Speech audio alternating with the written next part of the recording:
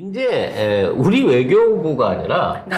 더 참사하고 일본 외교부하고 이제 다이렉트로 붙었어요. 외무성이 음. 진짜 이게 신기한 게 뭐냐면은 더 탐사가 방송을 하기 전에 외무성이 반박 자료를 냈잖아요. 근데 이게 일본이 진짜 똥줄이 탈 때 나오는 전형적인 모습인 게 전문 용어도 똥줄. 네. 예, 조금 고급스럽지 못했나요? 예, 네. 정말 그 시트 라인. 네. 예. 예, 아무튼 일본이 정말 당황했구나를 확실하게 알 수 있는 게 뭐냐면 예전에 난징의 강간이라는 책이 나왔을 때도 너무 웃긴 게 그 책이 일본판으로 출판되기 전에 거기에 반박하는 책들을 먼저 일본 내에서 막 꺼내놨어요. 그러니까 이거는 진짜 일본이 정말 말 그대로 사실일 경우에 자기네들이 빠져나갈 구멍이 없다고 느꼈을 때 정말 몰렸을 때 하는 행동이에요. 네. 근데 진짜 웃긴 게 더 탐사를 자칭 언론이라고 칭하는 것도 참 웃겼어요. 자칭 언론이. 네. 자칭 언론이 아니라. 눈에 뵈는 게 없는 거지 지금. 예. 대한민국 신뢰도, 국민 신뢰도 4위에 달하는 언론을 놓고 네. 자칭 언론이라뇨. 4위였어요? 3위 아니었어요? 4위에 4위. 우리가 4.5위잖아. 너무 잘하니까. 맞죠? 근데 예. 핵심은 그거예요. 덥참사는 지금 계속해갖고 공문서, 확인돼 있는 공문서 자료들을 가지고 지금 이러한 주장을 하고 있다는 거지. 그렇죠. 그러니까 이제 송작가 TV의 덜탐사처럼 받아내리는 게 아니야. 원본 소스를 뽑고 있는 건데 얘네들 스스로도 이 원본 소스가 어디서 유출됐는지를 모르는 거지. 못 찾고 있어요. 이게 지금 국토부 상황이랑 똑같은 거야. 예? 우리나라 국토부 상황인 거랑. 막 두드려 막아야 되는데, 원본이 자꾸 나와, 어디서. 근데 부정할 수도 없는 원본이에요. 이번 같은 경우에도, 네. 이게 보면 그 원본 공개돼 있는 게 그 문서도 있고요. 워터마크 문서도 있고, 그리고 그 위에 이제 외무성 이게 다 찍혀 있는 문서잖아요. 네. 그럼 이거는 외무성 안에서 출력된 거예요. 외부인이 출력을 했을 때 이렇게 안 찍힌단 말이야. 그렇죠. 그럼 이제 아니 이거 조세티 씨만 잡으면 되는 줄 알고 괜히 이제 AIA만 뒤지고 있었더니 IAEA만 뒤지고 있었더니 아니 외무성 안에도 조세티 2가 있는 거야. 조르세티 씨가 한 분이 아니지 않을까. 제 생각인데 일본 외무성 전체가 아닐까. 기시다 아니야 기시다. 하기 싫어가지고 지금. 그래서 이 일본 문서를 열람하고 봤다라고 하는 사실 때문에도 일본 외무성이 사실은 이게 반박 자료를 내기가 힘든 거예요. 왜냐면 이게 조작이 되려고 치면 네. 이게 조작이 되려고 치면 애초에 이제 원본 문서를 지들이 갖고 나와가지고 그렇죠. 본인들은, 뭐가 다른지. 뭐가 다른지 야 실제 이 번호의 문서는 이거야 라고 꺼내놓고 보여주면 간단한 거거든. 그렇죠. 근데 그거는 확인 안 해주면서 이건 가짜야. 언론도 아닌 니들이 그렇게 하면 되겠어? 이런 짓거리는 자유민주주의를 해치는 짓. 근데 이게 자유민주주의의 보편적인 가치 얘기를 하고 있는데 이게 그 경에 8.15 축사에도 똑같이 문구가 나왔다는 거지. 일본이 우리와 보편적 가치를 공유하는 파트너다. 특히 일본 외무성과 경이 보편적인 가치를 공유하고 있는 게 여기서도 드러난 거예요. 그래서 저는 진짜 매번 느끼는 거지만 일본이라는 나라가 이렇게 멍충하고 이렇게 엉망진창인데 이런 나라한테 식민 지배를 당했다라는 게 너무 짜증이 나는데 그게 아마도 어떻게 이런 바보 같은 애들한테 우리가 당할 수 있었지? 룬 같은 애들이 그 당시에 나라를 팔아먹은 거잖아요. 지금의 룬처럼. 이게 너무 통탄할 만한 일이라는 겁니다. 그 얘기는 뒤쪽으로 가겠지만, 아무튼, 더 탐사를 직접 압박을 하고 있다는 거. 이게 너무 무서워. 신기하죠. 신기해. 이거 역대급인 일이에요. 그렇죠. 네. 이것은 뭐 북한에 대한 노동신문을 이게 대놓고 반박을 하든가, 이게 노동신문 편집장한테 전화를 걸든가, 이 찌찌TV 편집자한테 전화를 주는 것만큼이나, 이거는 외교 외교를 담당하는 국가의 부서가 이게 직접 할 수 있는 영역이 아닌 거거든요. 언론을 통해서 반대 논평을 낸다든지 뭐 이런 식으로 대응을 해야 되는데 직접 연락을 해온다는 거지. 와. 그만큼 이 사태가 중요한 사태라는 걸 알고 있는 거예요. 그러니까 발칵 뒤집힌 거잖아요. 내부적으로 지금 발칵 뒤집혔어요. 그래서 송작가 TV에서 늘 얘기했지 않습니까? 지금 드러나고 있는 이것도 이거지만 그 다음에 그 파이프 찢어져가지고 호스 찢어져가지고 500배 새 나오는 그 삼중수소. 삼중수소 새 나온 물 나온 거 이런 것들에 대한 검증을 요구를 해갖고 자꾸 이걸 여론화를 시켜야 돼요. 네. 근데 지들이 언론에다 얘기를 해버리면 이게 지들 언론으로 예를 들어 뭐 아사히나 요미우리에다가 기고를 해버리면 전 세계 사람들이 다 알게 되는 거잖아. 네. 그래서 어떻게든 야 내가 일본 외무성이하고 압박을 주려고 직접 전화를 해왔지만 심지어 공문을 보낸 것도 아니야. 전화까지 받아가면서 인터뷰를 해왔지만 우리가 한동훈 안에 협박한테도 굴하지 않는 사람이야. 어? 아, 우리요? 그럼 우리 학교 놈인데 우리가 왜 들어가지? 거기 우리가. 우리는 이 핵폐수 배출에 관한 한 우리 노벨상을 목표로 하고 있는 방송이기 때문에 니네들의 어떤 이따위 압력을 받는 거 우리한테 더더욱 동기부여를 주는 거라는 거죠. 저는 그죠, 진짜- 진구 형님? 듣고 계실래요? 네.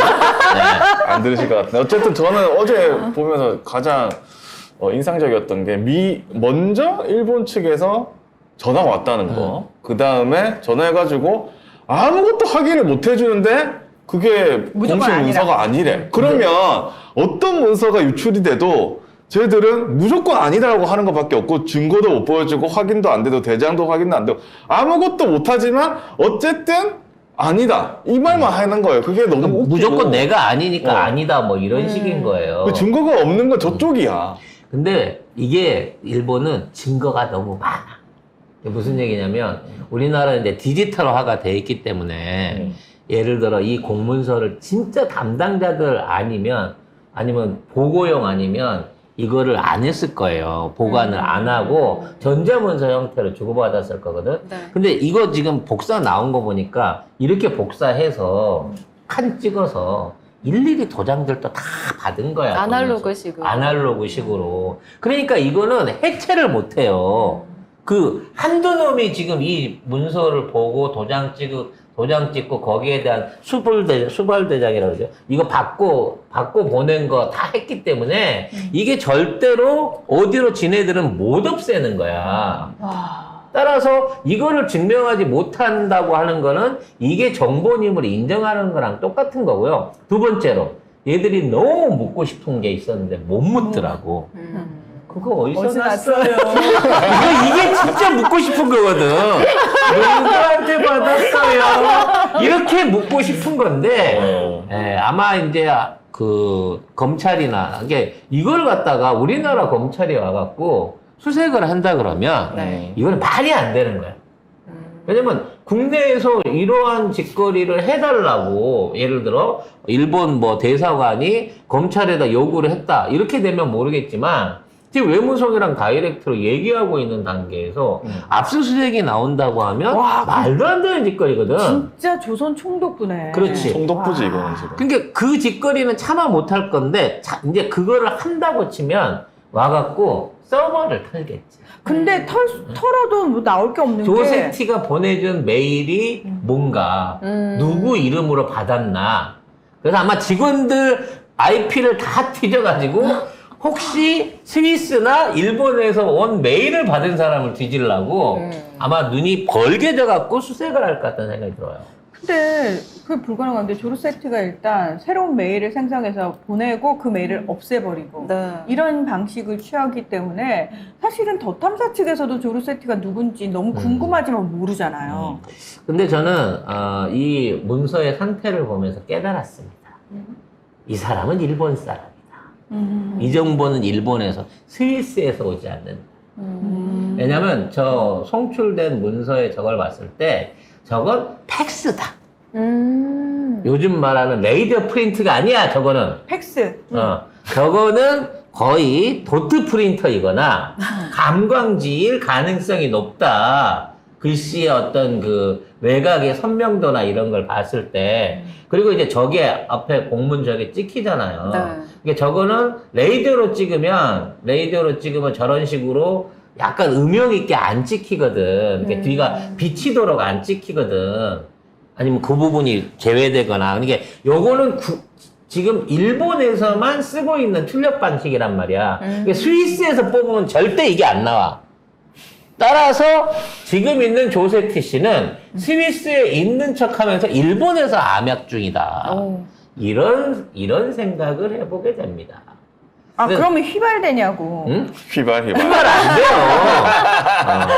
이건 휘발되지 않습니다. 예. 아무리 잉크 옛날 그게 좀 정확하다고 하더라도 네. 최소한 불꽃, 이게 500도 이상의 온도, 최소 150도 이상의 스팀에서 찌지 않는 이상, 네, 이게 색깔이 감광지가 변하지 않습니다. 이게 변하는 거는 감광지 온도에 반응해서 새까매지거나 뭐 이럴 수는 있지만 잉크 자체가 휘발된다고 하는 거는 이건 뭐 모나미 일본 잉크 같은 일본 어뢰 같은 말도 안 되는 주장인 거죠. 네, 이래서 문과생들이 거짓말하면 꼭 이런 물리적인 문제, 꼭 이런 이 화학적인 이론과에서 꼭 문제가 생겨요. 문과이과가 여기서 왜 나오요? 그러니까 그 공대 나온 사람이면 그거 차마 잉크를 휘발된다고 했겠어요? 그래서 아무튼 머리카락도 휘발되는 분이 뭐든 다 휘발된다고 생각해서 그런 건데, 아무튼 이 문제는 결국 또 이렇게 해서 공식화가 되었고, 이 공문에 대한 공식화가 됐고, 아마 이것 때문에라도 앞으로 지속적으로 방류 시기를 늦춰갈 수밖에 없다는 생각이 들어요. 즉 이걸 갖다가 대회에 있는 다른 데서 한 게 아니라 일본 외무성이 직접 개입해서 이 일을 하고 있다는 거는 기시다도 알고 있다는 거거든요.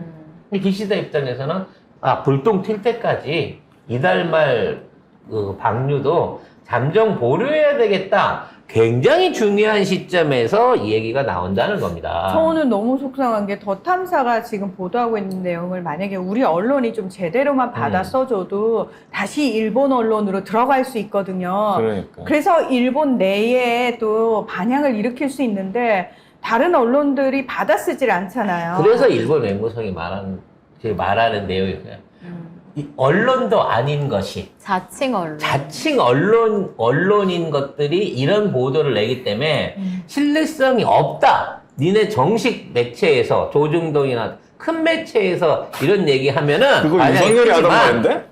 윤석열이 하던 말인데 그거? 걔들 그러니까 마인드가 똑같아 지금 하는 짓 보면.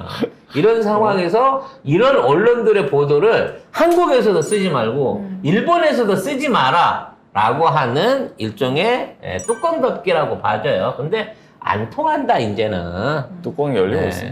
일본은 모르겠어요. 인터넷 언론이나 이런 쪽을 통한 이슈의 확산이 좀 덜한지 모르겠으나 최소 더탐사라고 하는 방송은 더군다나 일단 더탐사가 여러 가지 어구로도 같이 있어서 요새 더더욱 사람들한테 키워드로 주목이 많이 되는 방송이거든요. 뭐 지금 내부적으로 싸우고 있는, 대내외적으로 갈등이 있는 것도 있지만 그것 때문에라도 더탐사라는 키워드가 훨씬 더 확산되고 있는 상황에서 이러한 보도들은 지속적으로 일본 정부를 신경 쓰이게 할 거다라는 생각이 드네요. 여기서 용산총독부가 진짜 이 내용과 관련해서 니네가 일본 공문서를 어떻게 취득했어 라는 거를 확인하기 위해서 압수수색이나 서버 IP 조사에 들어간다. 이거는 진짜 일본 식민지 치하에서도 할 수 없었다. 그런 굴욕적인 짓이라는 거를 사전에 경고하고 싶습니다. 근데 이거 진짜 악의적인 이 외무성, 그러니까 그 뭐라고 해야 되나, 국가기관이 냈다고는 믿기 힘들 정도로 악의적인 말이 이거예요. 외국의 자칭 언론.